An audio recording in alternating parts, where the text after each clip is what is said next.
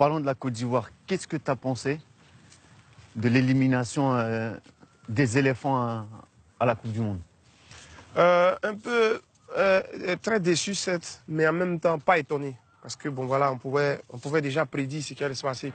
Attention, le deuxième but de Marocain. C'est Mehdi Benatia, le capitaine, qui vient crucifier la Côte d'Ivoire sur ce corner où ils étaient complètement absents. Incroyable, incroyable scénario. Vu que j'ai fait partie de cette équipe, que je connais plus ou moins les dirigeants, et je connais un peu l'atmosphère qui est autour de l'équipe nationale. J'étais déjà en alerte, je savais que ça allait y arriver. Pas pour dire que voilà, je les souhaitais malchance, mais bon, en même temps, je disais que voilà, il y a tellement de choses qui se font pas bien ou ne sont pas correctement faites qui font qu'aujourd'hui.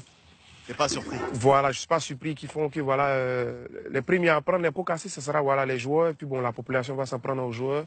Aux joueurs, je me dis que bon voilà, c'est une jeune équipe qui est très talentueuse, certes, mais bon, ils n'ont pas si je peux dire comme ça, l'encadrement autour qu'il faut, qui peut faire, qui peuvent s'épanouir tranquillement.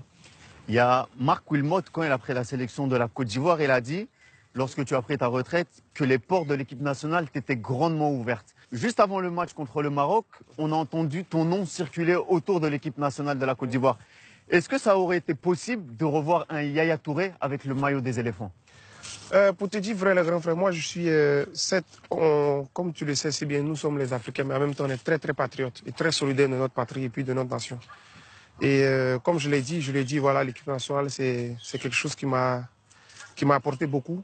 Et puis bon voilà, ça va toujours être un plaisir de revenir, mais bon, dans quelles conditions? Parce que je ne vais pas venir dans des conditions où voilà, on essaie de me brouiller les pistes, ou on essaie de mettre le bâton dans les roues. J'ai eu un gros malentendu avec les dirigeants, où on ne s'était pas entendu clairement, c'est-à-dire moi, pour mon idée, quand on va au pays, parce que bon voilà, ça fait combien d'années je vis en Europe, et quand je vois ça et je vois nos dirigeants venir toujours en Europe et qui partent voir certains dirigeants européens pour poser des questions, pour demander comment il faut faire avancer les choses, ils ont des discussions très intéressantes avec ces Européens-là, et quand en retour ils repartent au pays ou ils repartent dans notre continent, ils ont d'autres idées. Et ça, c'est des choses pour moi ça me fait énormément mal. Voilà, ça me bloque parce que je me dis que voilà, on joue avec la conscience des gens et on joue avec la joie des gens. Parce que voilà, en Afrique, le football, pour les Africains, c'est quelque chose d'exceptionnel, c'est quelque chose de rassembleur, c'est quelque chose de... Voilà, c'est sacré pour eux.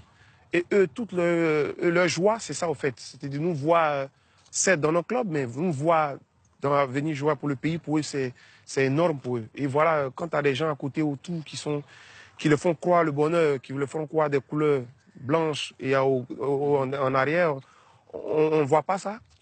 C'est difficile parce que moi, je ne suis pas quelqu'un qui va aller peut-être à la presse pour pointer du doigt certaines personnes disant que voilà, c'est des fausses personnes autour. Je préfère que bon, voilà, les gens prennent les responsabilités en tant qu'ils soient. Parce que moi, je prendrais toujours mes responsabilités. C'est ce qui a fait que je ne suis pas venu parce que je ne voulais pas rentrer dans une spirale de négativité qui va essayer de fausser aussi